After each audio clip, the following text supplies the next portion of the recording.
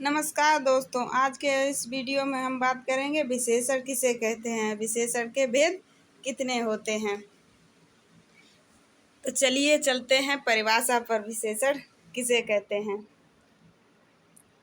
संज्ञा या सर्वनाम की विशेषता बताने वाले शब्दों को विशेषण कहते हैं। जो संज्ञा या सर्वनाम की विशेषता बताएं उन्हें हम विशेषण कहते हैं।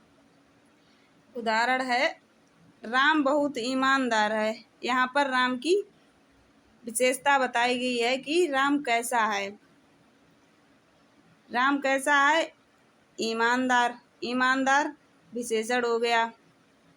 यह संज्ञा की विशेषता बता रहा है। ईमानदार है या बेईमान है, कैसा है, उसे हम विशेषण कहते हैं। और दूसरा शब्द आता है विशेष किसे कहते हैं। जिसकी विशेषता बताई जाए उसे हम विशेष कहते हैं। यहाँ पर राम की विशेषता बताई गई है, इसीलिए राम यहाँ पर विशेष है।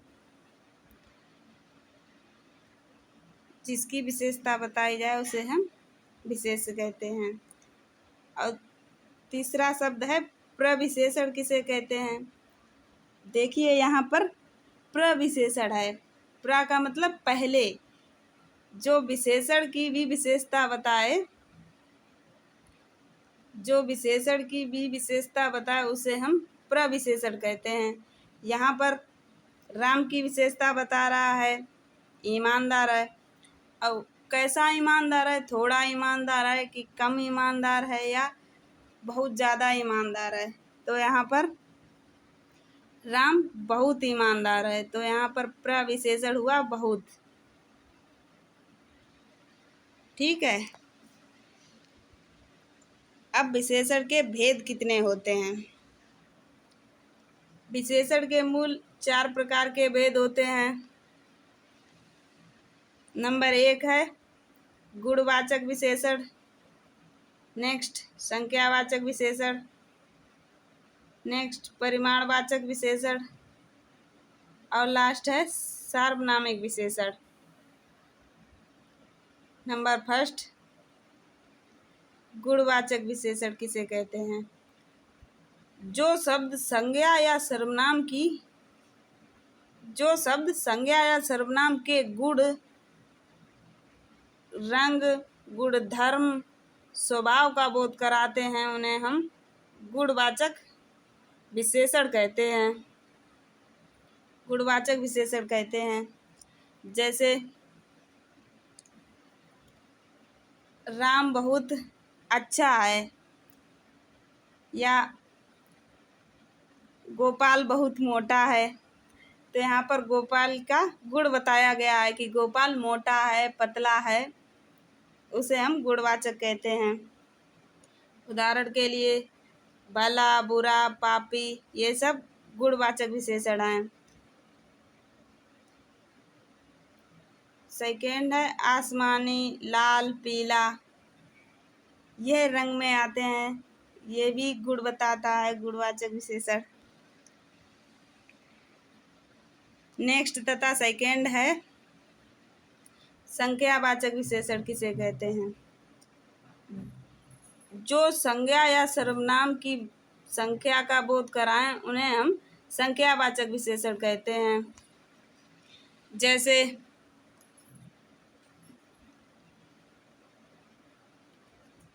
उदाहरण में आते हैं, संख्यावाचक 2 प्रकार के होते हैं। निश्चित संख्यावाचक विशेषण, अनिश्चित संख्यावाचक विशेषण। निश्चित संख्यावाचक विशेषण वह विशेषण होते हैं जो किसी भी निश्चित संख्या का बोध कराएं। जैसे 10 किलो चीनी या 10 लड़के। यहाँ पर क्लियर पता है कि क्लियर शब्द पता है कि कितना लेना है, 10 किलो लेने हैं या 10 आदमी हैं, तो निश्चित संख्या का यहाँ पर बोध हो रहा है। जैसे 20 आदमी, 50 रुपये, ये निश्चित पता है। और सेकेंड है अनिश्चित संख्यावाचक विशेषण। इसमें निश्चित संख्या का बोध नहीं होता है। जैसे कुछ आदमी चले आ रहे हैं, पता नहीं है कितने हैं, बहुत सारे भी हो सकते हैं, थोड़े हो सकते हैं, इसीलिए ये अनिश्चित संख्यावाचक विशेषण है। और नेक्स्ट है अब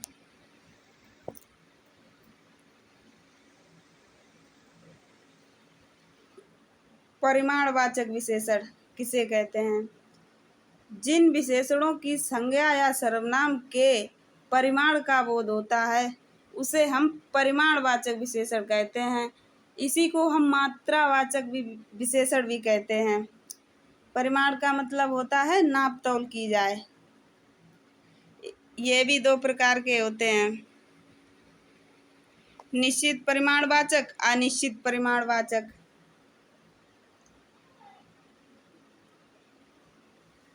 जैसा कि पहले बता चुके हैं कि किसी भी निश्चित चीज़ का बोध हो वह निश्चित परिमाणवाचक होता है। जैसे 10 किलो घी, यहाँ पर निश्चित पता है कि कितने किलो है। 5 किलो गेहूँ आदि निश्चित परिमाणवाचक संख्या है। अनिश्चित परिमाणवाचक विशेषण जैसे बहुत घी, थोड़ा घी आदि अनिश्चित परिमाणवाचक विशेषण है। नंबर 4 है सार्वनामिक विशेषण किसे कहते हैं? जो शब्द सर्वनाम होते हुए भी विशेषण का कार्य करे, यह संज्ञा के पहले भी आते हैं, संज्ञा के पहले आते हैं, सार्वनामिक विशेषण कहलाते हैं। इसके दो उपभेद होते हैं। नंबर 1 है मौलिक सार्वनामिक विशेषण और सेकंड है यौगिक सार्वनामिक विशेषण। मौलिक सार्वनामिक विशेषण है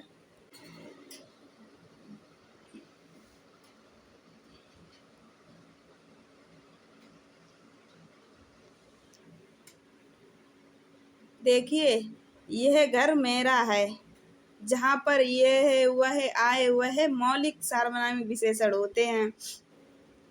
और नेक्स्ट है यौगिक सार्वनामिक विशेषण किसे कहते हैं? जैसे ऐसा आदमी नहीं देखा, कैसा घर चाहिए, जहाँ पर ऐसा या कैसा शब्द आए वह यौगिक सार्वनामिक विशेषण होते हैं।